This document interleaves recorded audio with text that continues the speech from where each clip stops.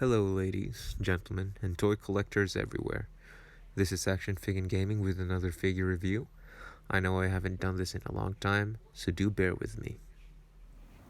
We're going to be taking a look at McFarlane's Eredin Glass figure, starting with the sword. This material is made out of plastic, and I like how the bronze metal goes off and it reflects the light. It looks really authentic to me. Next thing is a basic display stand with the logo, the Wotcher III from the Wild Hunt, and it's pretty much your everyday other McFarlane stand. This figure has been elegantly sculpted by the company, and taking into account the price point, you're getting more for what you paid. Comparing this to other figures at the same price range, you don't typically get this level of detail. You can see how the armor is defined throughout the figure, the dents, nicks, and cracks here and there. The leather and supposed metal is also distinguishable. This figure, however, would do really well from a black wash, which would help bring out its details even more. Eredin is made out of a combination of soft and hard plastic, which helps for its articulation, though he doesn't seem that he has a lot, but he can actually move pretty well for a figure of this design. Eredin's head can move in a full 360 with no problem. His hair is made out of soft plastic, so it won't get in the way. He can look up and down at that range, though the hair hinders the movement for looking up. And as for his arms, he can nearly pull off a 180-degree line.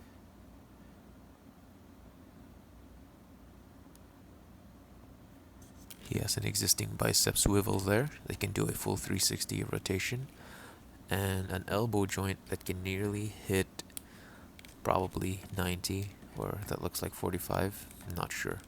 His arm can also rotate at that point, and it's really good for a figure of this size.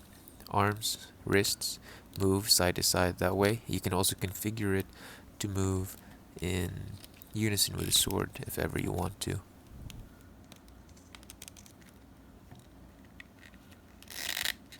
Eredin has good upper body rotation. He can move left and right. I'm sure he can pull off a full 360, however I'm not gonna risk that. The ab crunch on this figure is somewhat limited, however, due to the soft plastic and material of the goods. However, he can bend significantly backwards, which looks silly to me. A downside to this figure, however, is that on his right hand there exists a soft plastic material for the cape which hinders articulation. Besides that, the right hand pretty much moves in the same way as his left hand does. Articulation for Eredin's legs are surprisingly really well. He can kick really far, kick forward, and kick back. And he can pull off the splits based on the way that the articulation has been set up. The armor on his flaps on the sides are made out of soft goods, so they're not going to hinder articulation. However, you may want to try and move them around so that they won't get damaged through time. On his legs exists a thigh swivel, which can go really out and go far in, both legs for Eredin. Downside on this figure though is that the leg is not double jointed. It can only bend at one point for the knee. That goes for both legs.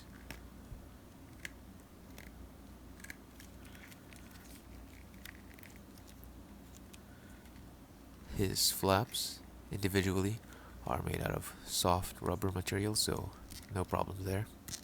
His feet can go up and down really far. Really good articulation for the feet. They can move side to side, sway side to side. This just exists in my copy, but if some of yours have bent, you can just heat them up and correct them into place. He also has toe articulation, which is a big plus for figures of this size. I'm going to now try and make Eredin hold his sword, which is somewhat of a challenge because his hands are made out of a hard material And the sword is kind of made out of that same material, so you're going to want to be careful in pushing the sword in because you might break and snap it from the pressure. But if you're successful, that's how Eredin looks with his sword. So here's Eredin, the king and the commander of the Wild Hunt. McFarlane's Eredin Glass figure overall is a really good figure for the 1/10 scale, 7 inches.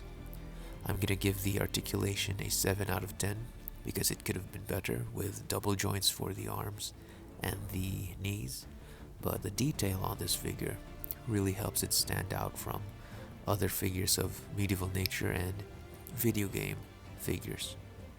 Overall, I really love this figure. I'm giving it a rating of 8 out of 10. This has been Action Figure Gaming, and I hope you enjoyed the video. Till next time.